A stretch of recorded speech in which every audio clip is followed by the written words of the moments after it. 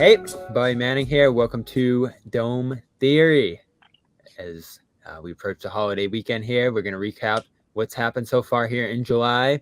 We got resident Knicks fan Dan Scott. We got Lakers Lindo. And we got Anthony Vasquez, who's very excited about the Thunder, as am I. And we're going to get to all of those teams, but let's start with the Knicks, Dan, because you're very high on them. You're very high on what they've done here. I couldn't believe it. I didn't think it'd been since '83 that them and the Nets did a trade. There was a lot of buzz that Bridges would cross over and join the Villanova teammates, but I didn't expect it. I was shocked when I heard it.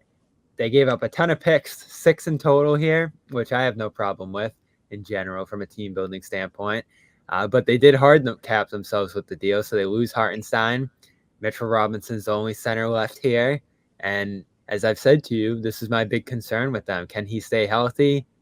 Do they have depth at center? Can they add depth when the time comes? But for now, they obviously feel good about the Villanova guys and Randall. Do you? Yeah, no, I definitely was surprised. I think Bridges was someone I always thought could be a Knick, but the Nets passing up and going ahead and I guess passing up this opportunity and this window for the franchise with Bridges and building around him, it was shocking. Since 1983, as you said, there hasn't been a trade between the Knicks and the Nets, and it makes sense. There probably haven't been that many great players or notable players that would move the needle for either team. But I was surprised. I think, like you pointed out, the depth at centers is really hard to look at now, knowing we're running out Mitchell Robinson, who hasn't played more than 65 games, I think, since his rookie season. So it's definitely concerning. But I think when you look at the East, assuming that Mitchell Robinson is healthy, we'll be able to get through most of the regular season. It just comes down to the playoff time, when we're banging with guys like Embiid, when we got to go up against guys like Kristaps. The idea of putting Randall at the 5 is attractive, but come playoff time, that's just not going to be sustainable. So I love the move. I love the move from a team chemistry perspective. As everyone knows, Thibs loves to run his guys into the ground, and Bridges hasn't missed a game. So we'll see who wins that battle there. But I'm really excited, and I think people are underrating also Bridges' sort of offensive game and what he brings to the Knicks there. Bringing OG back, also a very big move. People might say an overpay, but assuming healthy, it's if you look at the roster, center aside, we have like one of the perfect teams to go up against the Celtics and the wings that the Celtics have. So I really like what we're building. Hopefully we can make a move to get a center there and, make a run. Who knows? They put themselves in position, Lindo. There's questions, but I like the roster here. And the big thing is it's a roster that's going to project to compete with Boston, all the wings, the defense at those positions. It's going to be tough if Porzingis is right, but this is what I'm looking at this year. The room for error, because the Celtics won the East by like 15 games last year. That might reduce now that Porzingis is gone, and the Celtics certainly kept everybody here, 14 guys back from their run, which is just ridiculous. So they're still prohibitive favorites to me, but I am going to put the Knicks at number 2, Lindo, even though I would have thought about moving Randall here. I still like what Hartenstein did for them, and I think that's a real loss. Look, Randall, you can say what you want about the playoffs. I have no defense of it. You can say what you want about the shot taking. I can't defend it, but I will say when they got OG into the lineup, and when it was clear that Dante would be making some shots as well. Randall was taking less shots. He was taking less bad shots. He was being much more of a team player. And look, this is the guy that started the Knicks revolution. Okay, when they were taking stuff for data, nobody wanted to go, and Randall said, "I'm going." So you keep Randall. He's a guy that wants to be there. He's playing there for money. He's making $20 million. At the time, that was pretty good. Okay, anyway, so you keep Randall because he's a good team player. He's on a team-friendly contract. He provides more. You can't trade him and get more than what you get from him on his salary. So he's good to keep around. He's an older guy. He doesn't have to just be, let's say the Nova thing turns sour. You still got a guy that's not involved in that. All right, you got a guy who doesn't have to call up Jay Wright to settle the disagreements. So I like that. OG is great. OG is one of those situations. OG is one of those situations where if you overpay, everyone says, "Oh, you overpaid for him." But if you lose him, they say you couldn't keep this guy, and this team just offered $1 million more.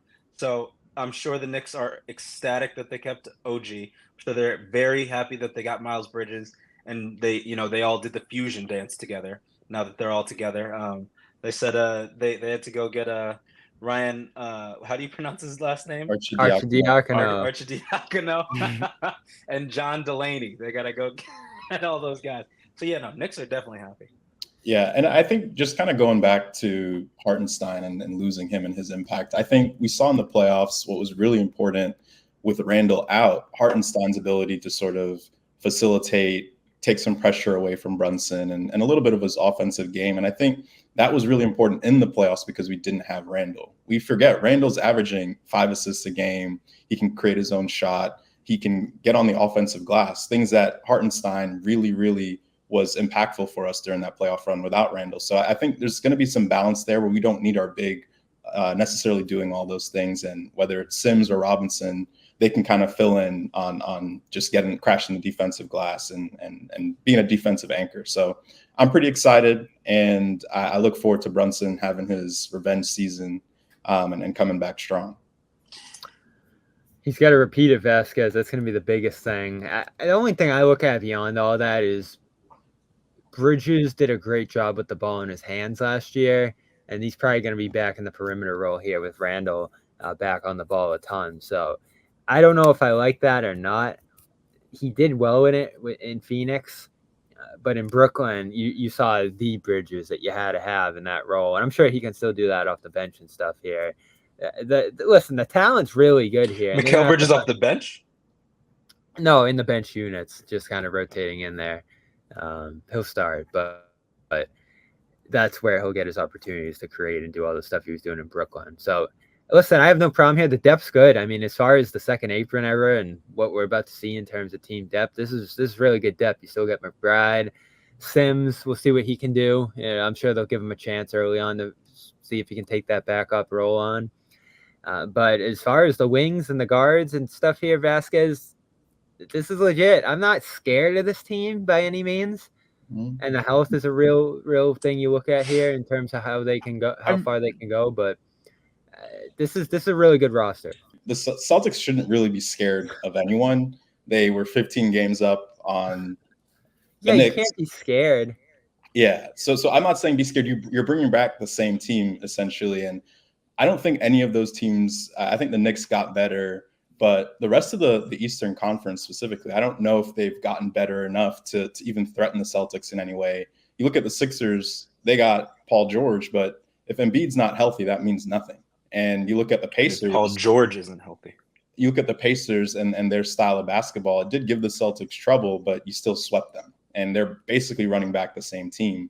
So it just makes you wonder, Celtics, other than the Knicks, have an easy shot back to the finals. And when Vasquez comes back, he can talk about the Thunder moves, but I don't think that the Celtics should be scared of anyone. Now, who gives them the biggest threat? I still think it's the Knicks, both from a matchup perspective and just the way that the Knicks play basketball. I think it's sort of that grinded out style that we see from the Miami Heat that have given the Celtics trouble, but the Heat just simply didn't have the talent or the personnel. And I think the Knicks sort of fill that gap and kind of match up the Celtics in a good way there. Vasquez. Yeah.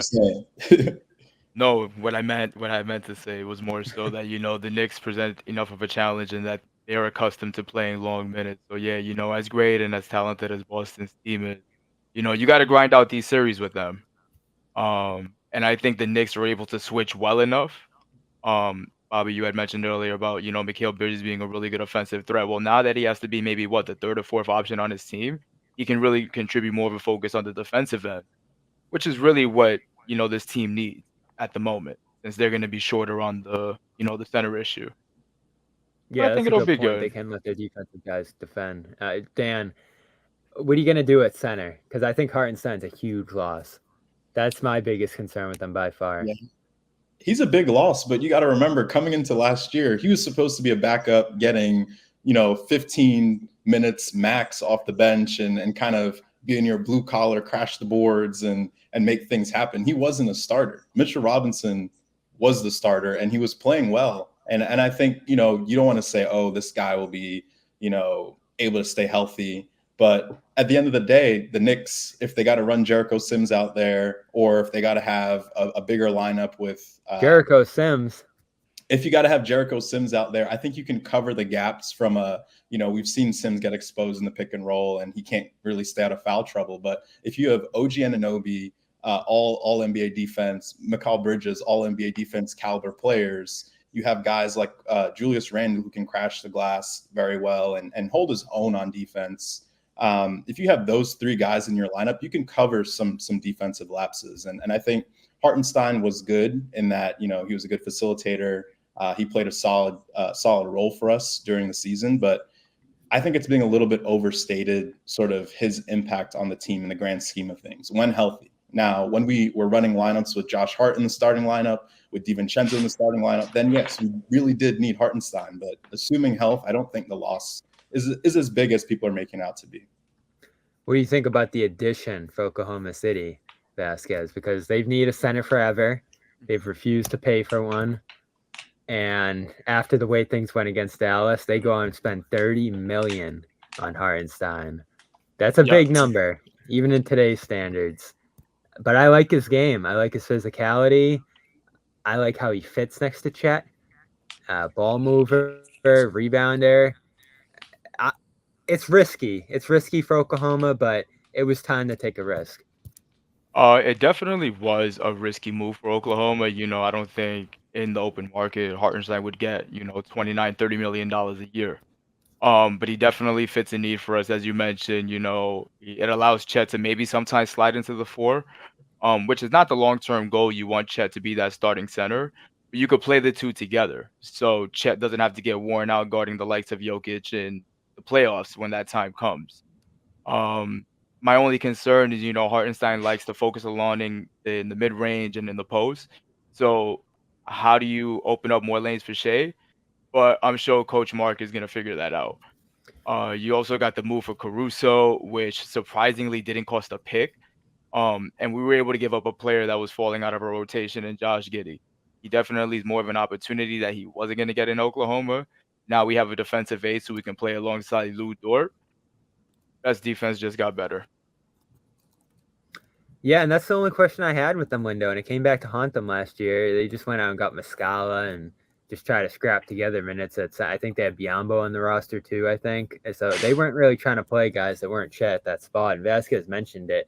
You want Chet to be center, but maybe that's not ideal right now in this point in his career. And you can do a little bit of both here still. Like they can do one center at a time. They can rotate those guys.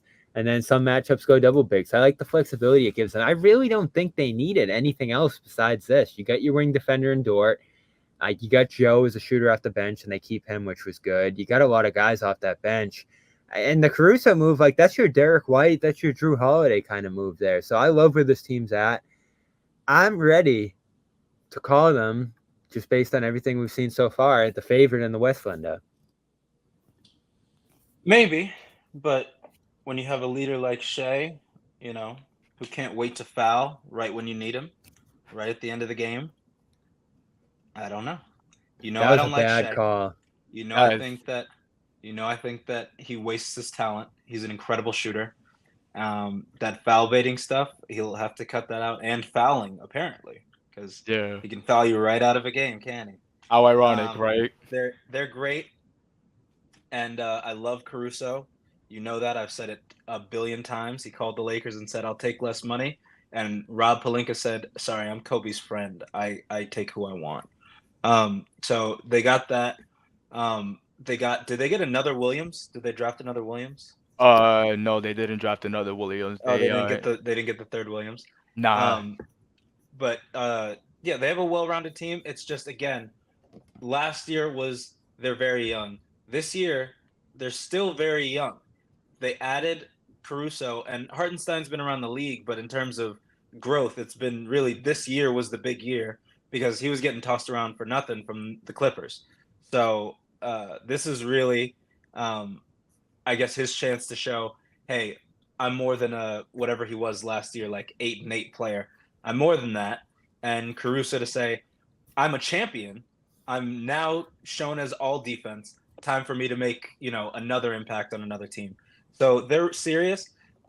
The Nuggets have issues with money. They're at like 170 or something right now. So it's going to be hard for them to really replace KCP at this point.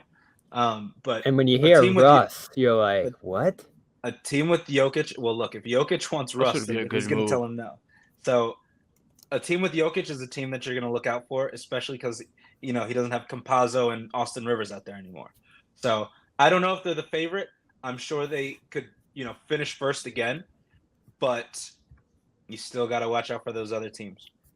Who's the favorite in the West, Dan? I think for me, if you look at the West, you can't count out the Nuggets.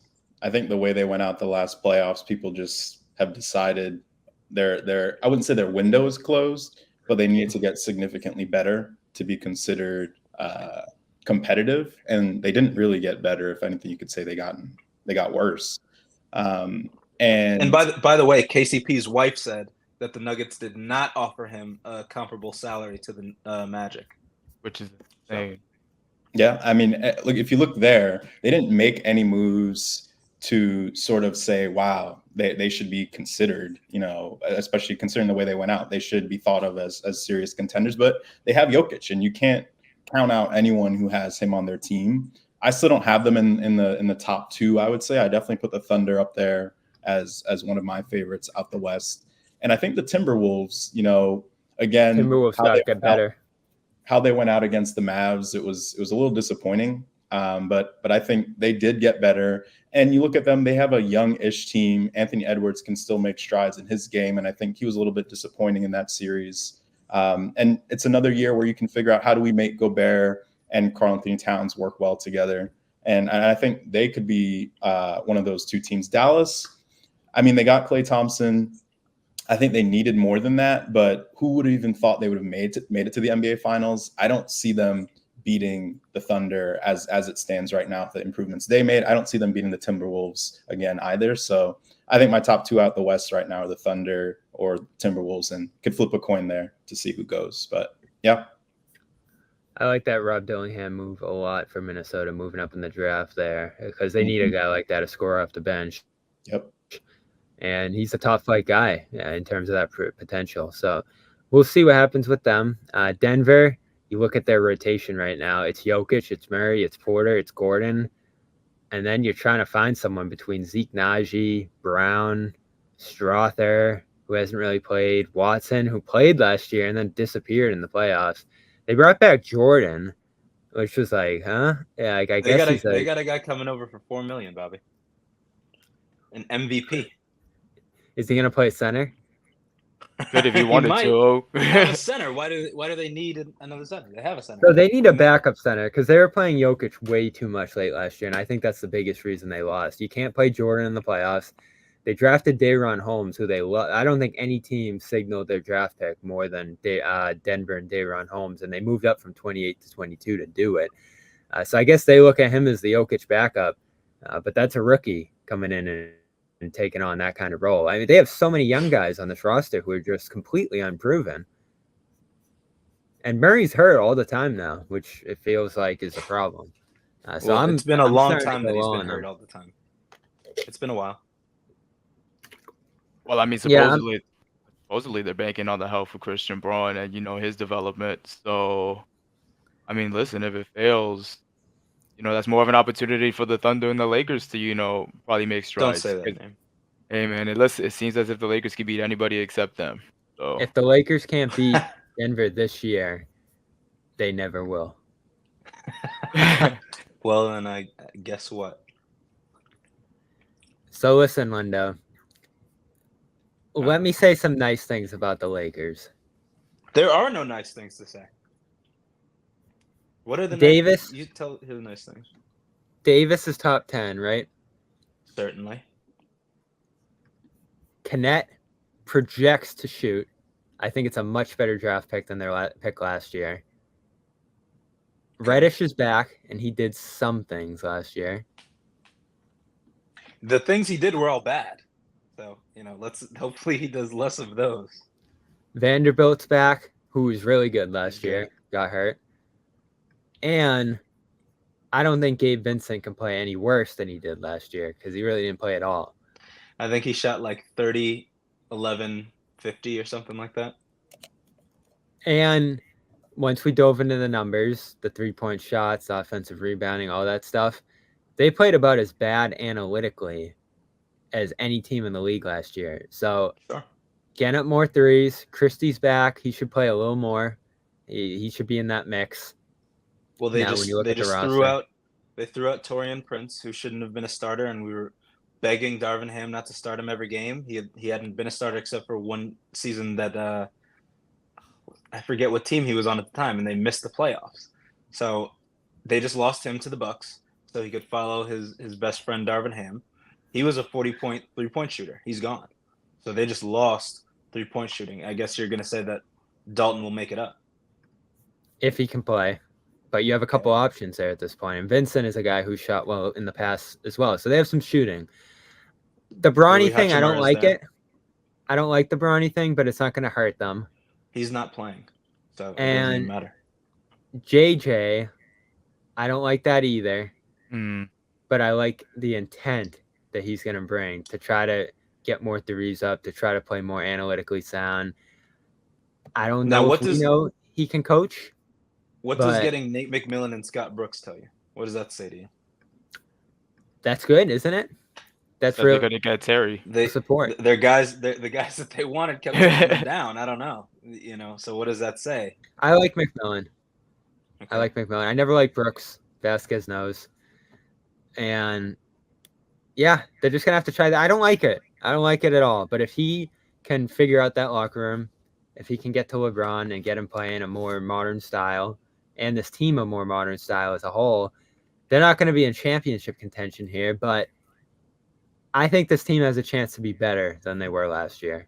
They have no chance. They have literally no chance to win more than 47 games this year. No chance. They'll win less games. They have a coach. If you're Anthony Davis and JJ Redick is telling you what to do, why are you listening to JJ Redick? You're 10 times the player JJ Redick ever was. How is JJ Redick going to command the respect of Anthony Davis? We just saw how D'Angelo Russell, how contentious his relationship with Darvin Ham was. JJ Redick is really going to have a better relationship with D'Angelo Russell?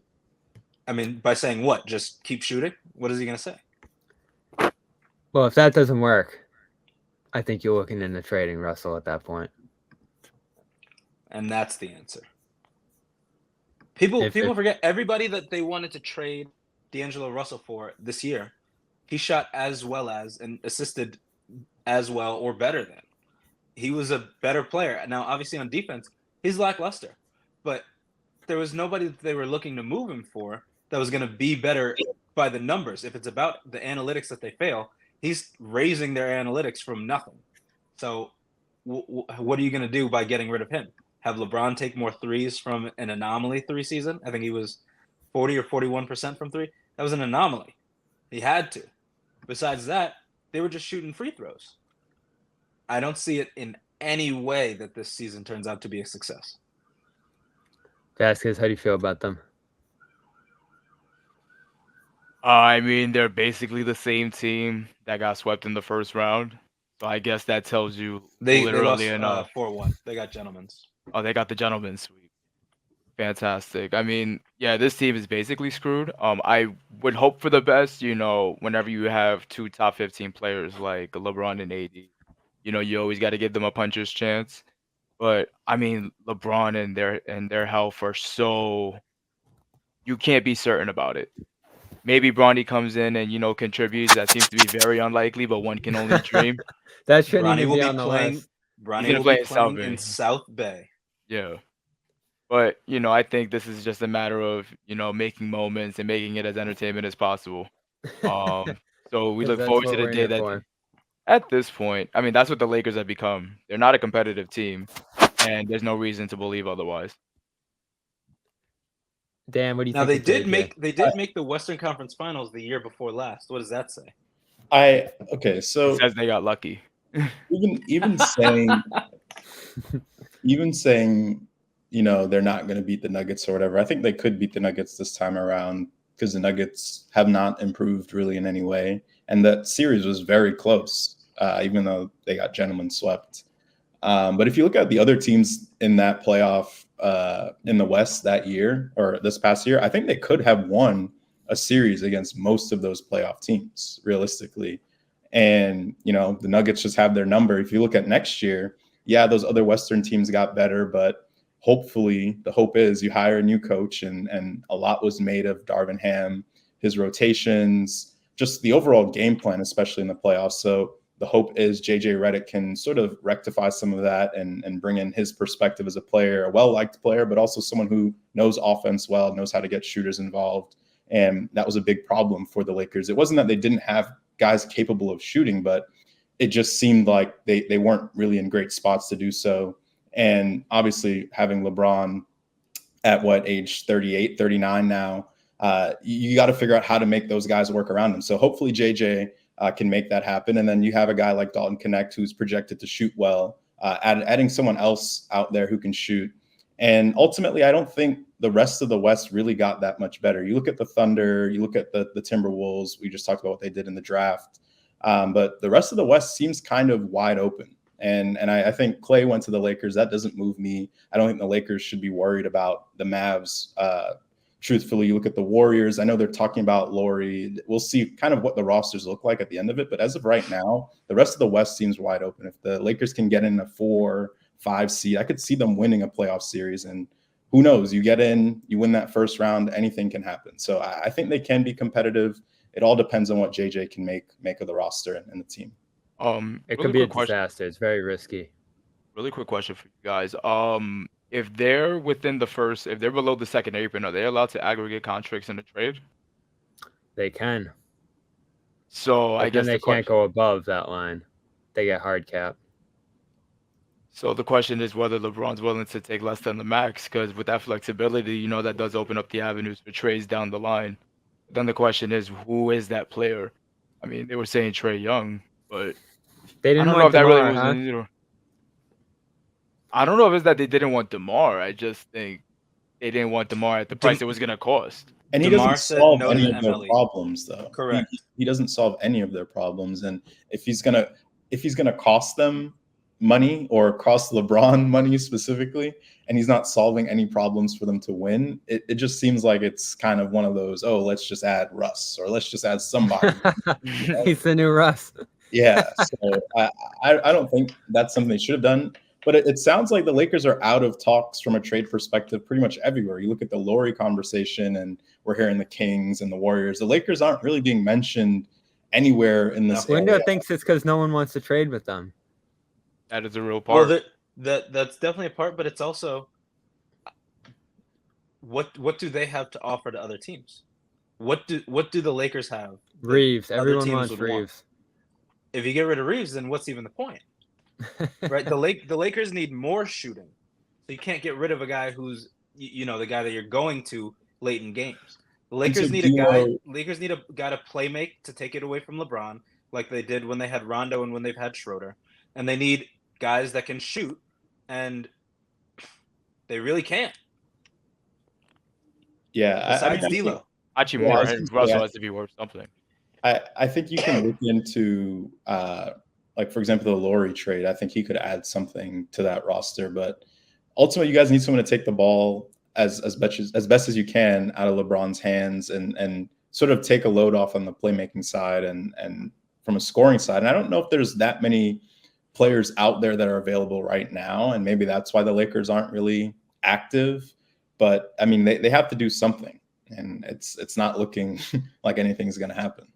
Look, maybe LeBron is the answer. They said LeBron placed a $20 million bet that Pelinka wouldn't do anything, and he won. So I don't even know who's out there who from the list that we've sent around. Gary Trent Jr. Someone's gonna find $10 million. Gary Harris wouldn't even come. He took $15 million over 2 years. You know what I mean? So.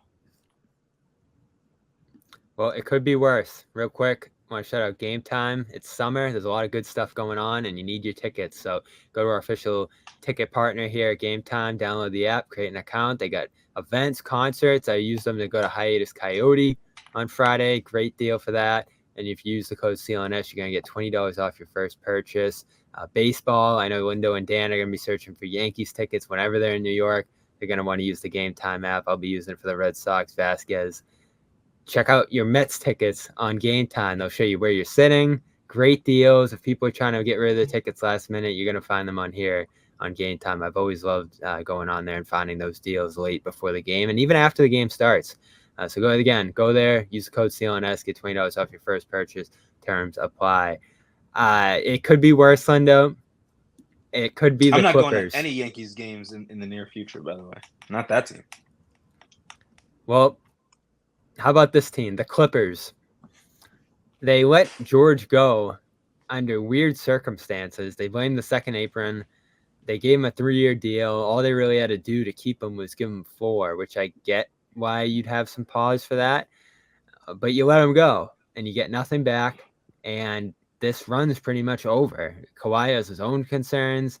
They're bringing in guys like Derek Jones and that's a good play. A whole bunch of characters like Primo and Porter. And now they're looking at Primo is no longer on the team, but they did get KPJ, and they're considering Miles Bridges to put next to Mo Bamba. They also got Mo Bamba. Like, what is going on there? You gotta open up the Intuit Dome with something. I think that was the. They got Nick Batum. I mean, this is certainly something. This team's really bad. We know that Kawhi at his height can carry a team. They brought back Harden, which I don't get either. Like, why spend money on him even though it's just a 2-year deal? And Tucker's back on that option, who was not happy to be there. This could be an absolute disaster this year, not to mention how bad this is going to look. I mean, when they introduce all these guys, if Bridges does join the fold here, it's going to be a full-on questioning of all the characters they're bringing in. So I don't get this. They kept the coach, which I guess is good. But, man, I don't know how they're going to compete here. And now they're looking to trade Russ, too, which I don't get. So here's the thing with Harden. They were already going to be close to the max salary. They're already going to hit somewhere around the 140s. So if you get rid of Harden, you do not have a player that can score 20 and assist whatever he did last year, 8, something like that. You don't have a guy that's going to do that. So you have to bring him back, knowing that you're letting go of Paul George. Now the other players, they're trying to, moneyball it. They're trying to say, can we get this part of Paul George and this part of Paul George and that part of Paul George to, basically add up to Paul George. And they'll probably all play more games than him. So it'll work out at least in that way. They'll be available. But beyond that, I've been saying for 2 months, I'm praying Paul George leaves because that means it's over. And so I look at them and say, it's over. The whole Kawhi experiment, calling up Paul George and say, no, come join me over here, it's over. Ty Lue will get his money, luckily for him. There have been concerns for the last few years over his, intentions with the team, whether he's really giving it his all, whether he really cares, whether he's the best guy for this team. And at the end of the day, the Clippers said, we'll give you more money than anyone else will. So he stayed. But he's staying with a group of guys who they're lackluster. The Clippers finished, last year? 6th, something like that. They won't finish that way this year. And they looked really good at times last year, but I guess it's just a what if, and they didn't want to pay George to be unavailable.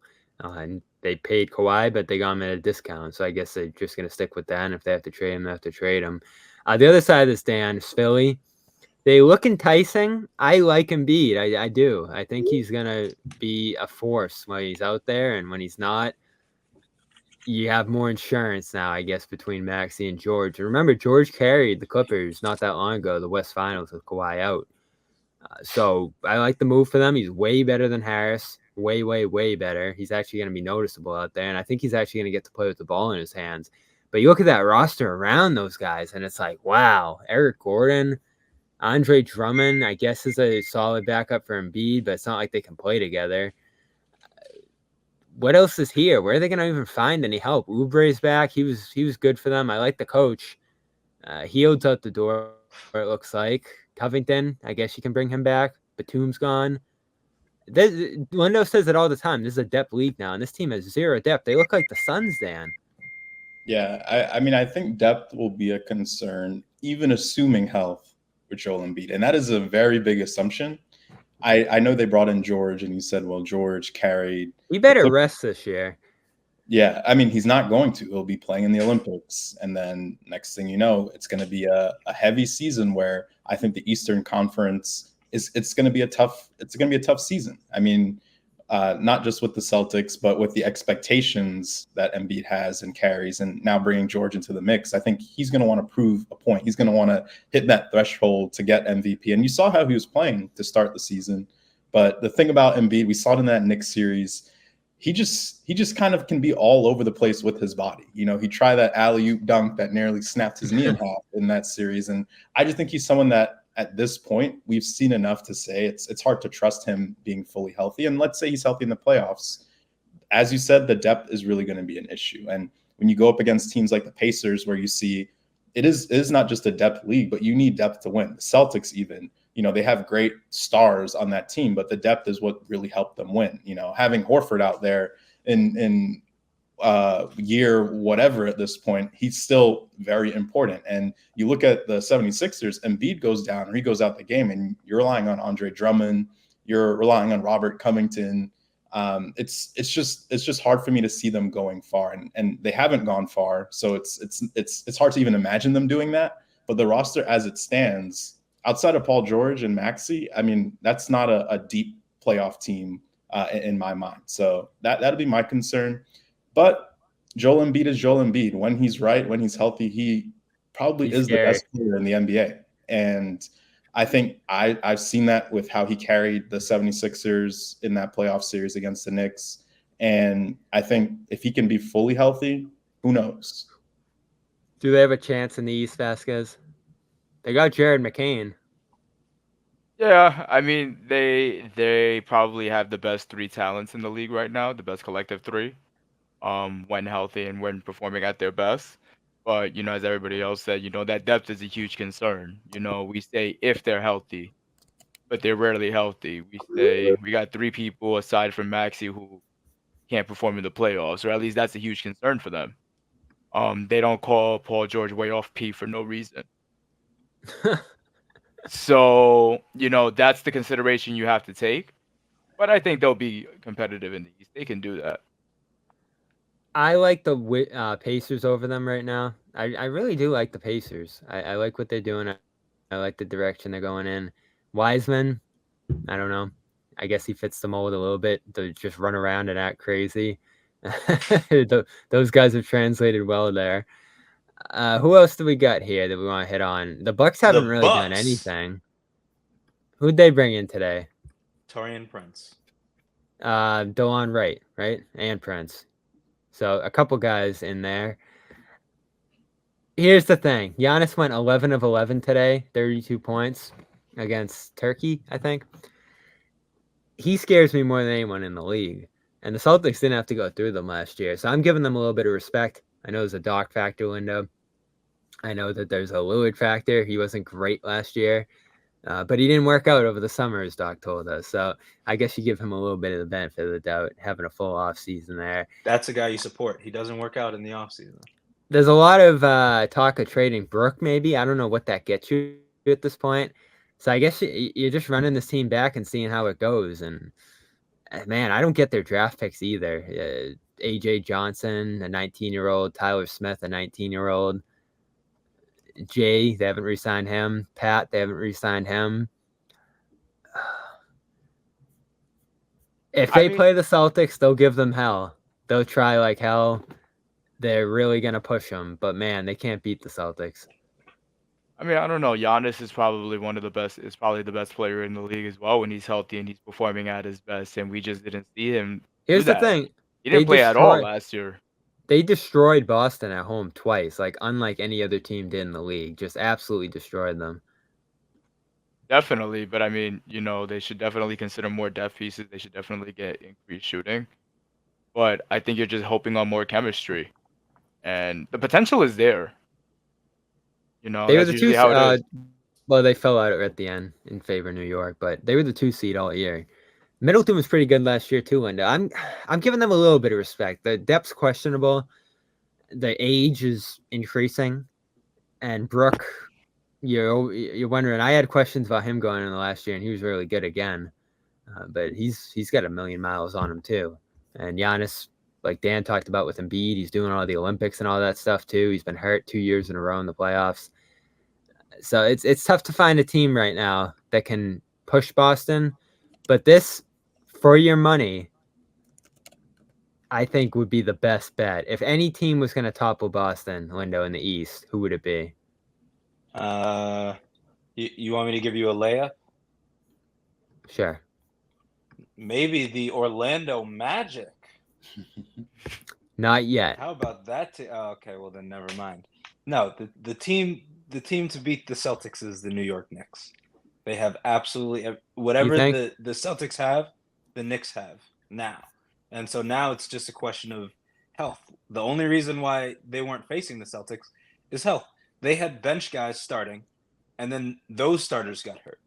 You know what I mean? So that's the only thing holding that team back. Besides that, I mean, are you looking at the Cavs really? Are you looking at the Hawks now that they just got rid of Murray? I don't know who else you'd be looking at in that area. Are you looking at the Wizards? Are you looking at the Hornets? No. Cleveland's pretty good though. Are you looking at the Heat? There's a lot of teams in the East that you're just kind of like, they're just around. They're just here. I like the Heat's draft pick as always. Khalil Ware from Indiana. So yeah, we'll see what happens in the East. The only other thing that happened is Clay left the Warriors, which I think we all saw coming for some time here, but it's still pretty shocking. He's going to be one of those guys. You're like, man, did you see Gary Payton in that Celtics jersey, and Shaq in the Celtics jersey, and whoever else? All these weird guys looking in other uniforms. Clay in the Mavericks uniform is going to look pretty weird, Vasquez. It'll definitely look weird, but that's just kind of like the nature of the business. I think he'll perform well in Dallas. I think he's way better than Tim Hardaway Jr. And that team made it to the finals. So maybe he can contribute some outside shooting. Obviously, defensively, they need to make some moves. But, there's potential. I mean, if Derek Lively makes a jump, then they should still be in the thick of things. What is Golden State going to do? Their roster looks bad. Yeah, only getting 2 second-round picks for him. That's bad asset management. I mean, Dan, Curry, Wiggins, angry Wiggins, by all accounts. They can't play for Canada. Green, Melton, who's, I guess, solid. Peyton, Anderson. He's $8 million, but I don't really get that one fit-wise. Kevon Looney, Kuminga. Kuminga's going to have to make a jump. Moody, Pazinski was pretty good. Trace Jackson Davis, who I like. Apparently they're looking at Buddy Hield. I don't. This is brutal. This is really bad. They're worse than the Rockets. Yeah, I think especially with the rest of the West either improving on the margins or just not falling off as the Warriors have. Looking at where the Warriors finished last year, they're going to be right back there, if not worse. And I think if that's the case, you can pretty much call this era, this sort of quote unquote dynasty, over. I mean, Clay has left, even from the optics of it now, the Splash Bros breaking up. But even from a production perspective, I know a lot was made of Clay. Oh, he's not the same guy, but he was averaging 18 on like 38% shooting from the three. And that helped them win games last year. They lost that. They're going to try to replace it with Buddy Hield. I just don't think this Warriors franchise at this point is in the realm and in the tier of competing for a championship anymore. I think when you look at the Lakers, you almost want to go there and say the same thing. But I think their roster, even the Lakers, is built a little bit better than the Warriors. And you see sort of a future for the Lakers with Anthony Davis and some of their other pieces. With the Warriors, I mean, other than Steph, it's like what's on that roster? There's not much there. And I think they've won enough. So you can say, hey, thank you, Steph. Thank you, guys. Thank you, Steph. Thank you, Clay. Put their hands and say, all right, now go into retirement. But thank you, Curry. It happened this way. And I think that's what's shocking for a lot of people. Oh, they must be in despair up there. Lindo, what can you even say? You could say, hooray. Thank God that is dead. We've killed him. No, just like Paul George, Clay leaving is the end. that's it. It's over. Now, I guess you could argue that he wasn't playing that great for them last year. It's symbolic. It's that the guy, the Splash brother, is gone, and his replacement. And look, Clay was bad last year, and I didn't want him on the Lakers, but he's not like a disaster, right? He was giving them something in games. So you just lost that from Clay. I mean, he averaged 18 points on 39% from three. That's a lot of threes. On paper, that is a great player, on a contender. And I guess Clay's role used to be much bigger than that. He used to score more than that, but that's not someone you just send off and say, we'll figure something out. Well, his you think other he fits thing in Dallas, Lindo?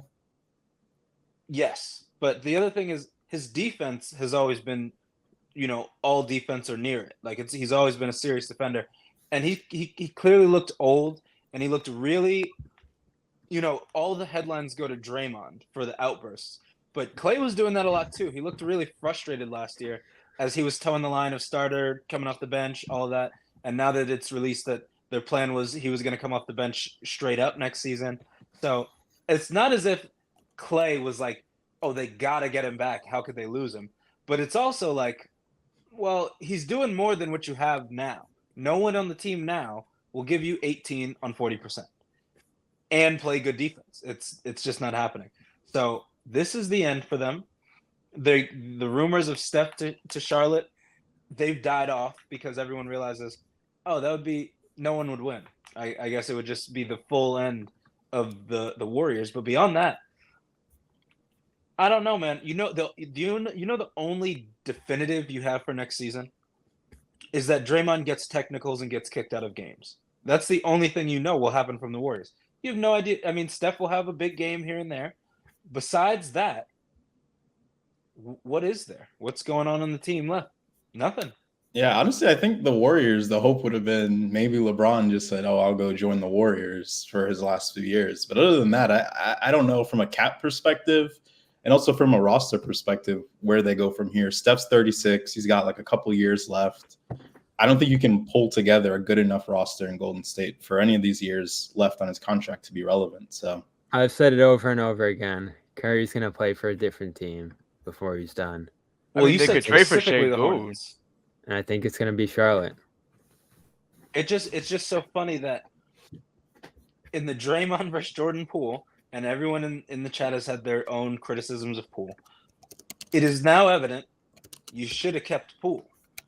They did some stupid stuff on the way. The Wiseman pick was horrendous. They could have had Ball. It's still so crazy to think about. Yeah. Bob Myers tanked their team and then left now that they're in full end of the era. He left to make it seem like, oh, I don't know what they're doing. But it's really because of Bob Myers. He got the credit for the success. He's also responsible for the failures now. But again, we'd be looking at it different if they had gotten rid of Draymond and kept Jordan Poole. I mean, you wouldn't probably have all the outbursts left. But I don't think there's any way you ever could have done that, though. I'm just saying, they should have just extended everybody when they had the opportunity to do so. I mean, apparently that seems to have been the biggest issue. Well, that's the other thing too now. They're getting cheap out of nowhere. It wasn't gonna look good there. They couldn't have both stayed. But Draymond gives you nothing now. He gives you nothing except technicals. Yeah, they're done. And Dallas, they didn't look great against Boston, and that doesn't bode well. But in terms of having limited resources going in the summer to improve, they won 3 series They won 12 playoff games this season. 13, actually. 13. Yeah, I was going to say. They won 13 playoff games, and they were a 5 seed. Because of the Heat, that story doesn't even really make it there. But 5 seeds don't go to the finals. That team made the finals. They're not going to go full season in Washington. But they made it. They could. Full season in Washington. I do like the Clay fit. They needed shoot. I mean, the Celtics were just ignoring everybody on their perimeter. Cleaver's back. He was pretty bad last year. Marshall's there. I think he's worse than Jones. The second name you say he was pretty bad. That's the second name you name. I'm just going in order of the money. He actually makes $11 million. They still got Kyrie. They have Kyrie, and he was really good last year. There's a lot of stuff to like here. They even have Omax Prosper, who didn't play at all in his rookie year, and I think is a good prospect. Grimes, Dan, any hope? No. There's nothing to note there. I mean, he's a very one-dimensional player last year, and when we drafted him, we thought he was someone who could be a very good 3-and-D guy. He worked out with JJ Redick, couldn't hit threes anymore, and was just lost on defense. He has a lot of effort and hustle, but he's not going to handle the ball. He's not going to get you assists. Inconsistent from three. And I think when you put him in Detroit, I guess the hope is, less pressure. There's something that can be had there, but you got to have a leader on that team. You got to have like a core to that team in general. And I think that's just lacking for someone like Grimes to really thrive. So we shall see. I think that's everything I note around the league, and there's still more to come. Not too much though, and it is a holiday weekend, so we'll let the fellas go here. You didn't mention Tobias Harris, the big pick. So my Pistons, they did what they could. I would have went and got Towns. He wasn't available. I would have went and got Randall. He wasn't available. So you come out of it with Harris. I don't love the move, but it's better than Miles Bridges. They didn't pay a lot for him, so yeah, he didn't get the max. You get Hardaway. He didn't get the max. You get Hardaway for free, effectively. So I guess you take it. You go out and draft Ron Holland, who I actually think was a really good pick. You have to think they'll keep Fontecchio as a shooter. I'll use the Lakers statement again. It can't be worse than last year, or at least it's going to be better than last year, I think, in Dallas and Detroit. I actually like the coaching hire here, JB Bickerstaff. Yeah, he's a really good defensive player. I think he's a really good defensive coach for them. He's definitely going to instill a lot of aggression in them. And I mean, you just hope for more offensive development from Cade, more cohesion. My only point on the coaching is that they hired a coach that got fired. Then the next coach they hired, he got fired. And I like JB Bickerstaff, but they hired another coach who just got fired. Well, at least they won't be playing Killian Hayes, like 20, 30 something games. Well, he's got to go marry. He's got to go marry Monty's daughter. So, I'll throw this one at you, Lindo, before we wrap. Are the Pelicans anything here with Murray? Does CJ McCollum play for the team? Yes. Does Brandon Ingram? He still does. No one wanted him, I guess. Then they're nothing. Zion, though, he'll be there. But CJ McCollum and Ingram. If Zion gets hurt this year again, he already got his money. So I don't know if you can have any faith left in him if he gets hurt again this year. It's a great roster, and they had another good piece here, but it's not a great roster. DeJounte Murray's good. They let Valanciunas go, which stinks. They don't have a center, so we'll see who plays center for them. Still some work to do for some of these teams, but it's been an interesting offseason so far. There's some teams trying to tank, Brooklyn, Washington. There's some teams going for it big time, like New York.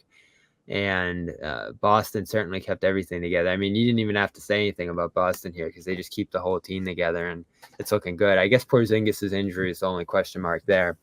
But they brought back Cornette, Tillman, and Keita. So plenty of centers to fill in for him alongside Horford. So all is well in Boston. They also got a shooter in the draft, and we will see what happens with them. I wish Nima was here because Houston didn't do a ton, but I kind of like their roster and where they're going. So Steven Adams is going to step in with them. They drafted Reed Shepherd third, who's an awesome prospect. So they're going to be really good, I think. They're going to take a step. And they didn't do any crazy, wacky trades. The white American man is, what did you say? He's back? The white American man is back. Yeah, they got a number 3 pick. Best player in the draft. Again, right after Chet. All right, Vasquez, enjoy the Thunder. Enjoy your summer. Dan, we will see you soon from the West Coast. And Lindo, enjoy your Virginia lifestyle. You don't even know where I live. It's crazy. Thank you. All right, take care. All right, I'm Bobby Manning. This has been Dome Theory. Subscribe, Spotify, Stitcher, iTunes, wherever you get your podcast. We'll be back next week with some more news, some summer league coverage coming up as well. in short order. So we'll see what these rookies and second-year guys are looking like. And then we'll be chilling for the summer. So everything's wrapping up, but we'll have more podcasts to come throughout the summer. So make sure you subscribe here. CLNS Media, Celtics All Access. Again, this has been Dome Theory.